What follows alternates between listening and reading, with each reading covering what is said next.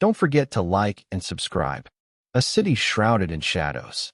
Springfield, Illinois, in the early 1950s was a city caught between progress and peril, a place where the echoes of post-war prosperity clashed with the harsh realities of crime and poverty.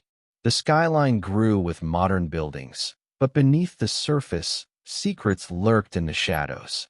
In the heart of the working-class neighborhood of Oak Ridge, one family's quiet existence was shattered by a tragedy so brutal, so inexplicable, that it continues to haunt the city's dark corridors of forgotten history. The murder of Clara Bennett remains an enigma, overshadowed by more sensational cases, but kept alive by whispers of conspiracy, failed justice, and an enduring mystery that refuses to fade. A happy beginning turns tragic: love, loss, and a newborn's cry. Clara Jensen was no stranger to hardship. A waitress at the Maplewood Cafe, she was known for her quiet demeanor and unwavering dedication to her work. It was there that she met Robert Hayes, a twice-divorced railroad worker with a reputation for long hours and a no-nonsense attitude. Their courtship was brief but intense, leading to a Christmas Eve wedding in 1950. By April 1951, Clara had given birth to their son, Timothy. To those around them, they seemed like an ordinary, hard-working couple. But what lay beneath the surface would soon be thrust into the cold light of tragedy. On the morning of April 25, 1951, Robert left for work at 5:30 a.m., kissing Clara goodbye as she stood in her nightgown, cradling their infant son. At 8:35 a.m., Deputy Sheriff William Briggs called the house, asking about Robert's availability for a funeral escort. Clara answered, her voice steady, unaware that it would be the last conversation she would ever have. By 6 p.m., Robert returned home with his parents, stepping into a house filled with an eerie silence. The front door was unlocked, a disturbing contradiction to Robert's usual insistence on security. What he found inside would send shockwaves through the community. A gruesome scene and missing clues, the devil in the details. The kitchen was a vision of horror, blood spatter arched across the ceiling, a grim testament to the sheer brutality of the attack. Clara's body lay sprawled on the floor, her neck broken, blood pooling beneath her. The scene was chaotic, almost ritualistic in its violence. A single loafer, one of Robert's, was found nearby, its heel missing and its sole embedded with nails that matched puncture wounds found on Clara's chest. Investigators pieced together a struggle that likely began in the bedroom, evidenced by a shattered lamp and blood-streaked sheets. Yet, some details defied explanation. 2 pearl buttons, belonging to an unknown garment, lay near Clara's body. A blood-soaked slip, appearing to have been used to wipe down the shoe. 3 small items missing from the home: a single dollar bill, a gold wristwatch, and a lighter. Strands of brown and gray hair clutched in Clara's hand, evidence that was accidentally washed away during the autopsy. A set of muddy footprints leading from the back door, but stopping abruptly in the yard.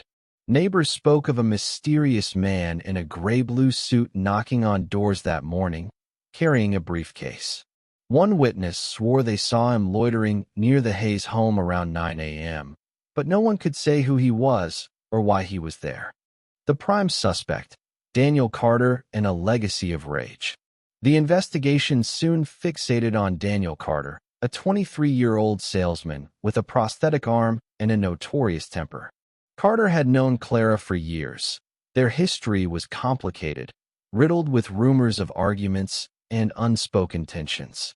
Co-workers at the Maplewood Cafe recalled an especially heated confrontation where Clara had slapped him for an inappropriate comment, and Carter had responded with enough force to leave her bruised.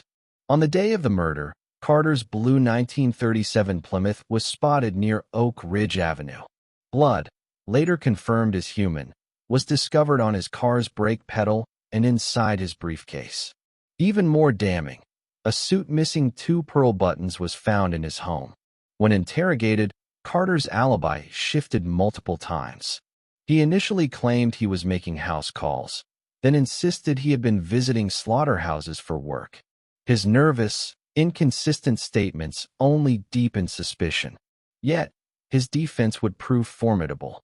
A controversial trial and lingering doubts, truth or trickery. By the time Carter's trial began in 1951, the case had become a media spectacle. Prosecutors painted him as a violent man with an axe to grind, while the defense, led by the sharp-tongued Henry Walsh, methodically dismantled the state's argument. Physical impossibility.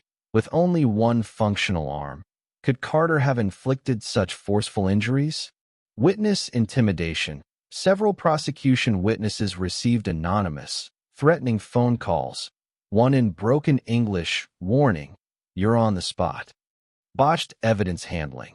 The strands of hair, a crucial piece of forensic evidence, had been washed away before proper analysis. Conflicting eyewitness accounts. The timeline given by neighbors didn't fully align with Carter's movements that morning. After 3 grueling weeks, the jury acquitted Carter, citing reasonable doubt. He wasted no time fleeing Springfield, relocating to Denver, where he remained under a cloud of suspicion until his death in 1989. Aftermath and unanswered questions, a family's silent suffering. For Robert Hayes, life unraveled. Plagued by rumors of involvement, he lost his job with the railroad and spiraled into alcoholism. He eventually remarried a family friend, Eleanor Grant, but the shadows of Clara's death loomed over him until his own passing in 1964. Their son, Timothy, grew up largely silent about his mother's fate, until an eerie phone call in 1995. An old man asked if I'd had a good life, Timothy later recalled. He sounded guilty. The call lasted mere seconds, but it left Timothy wondering. Had Carter, near the end of his life, reached out seeking absolution? Theories and legacy. A cold case revisited. Decades later, speculation continues. The stranger theory.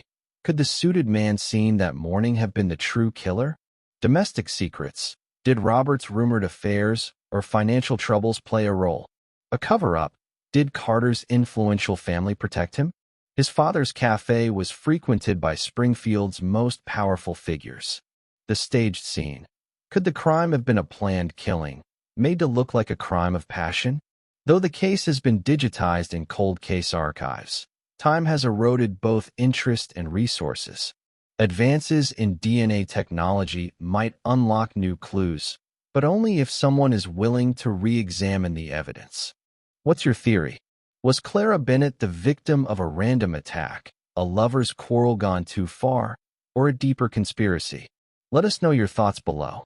If you've encountered this mystery in the shadowy corners of Springfield's history, we want to hear from you.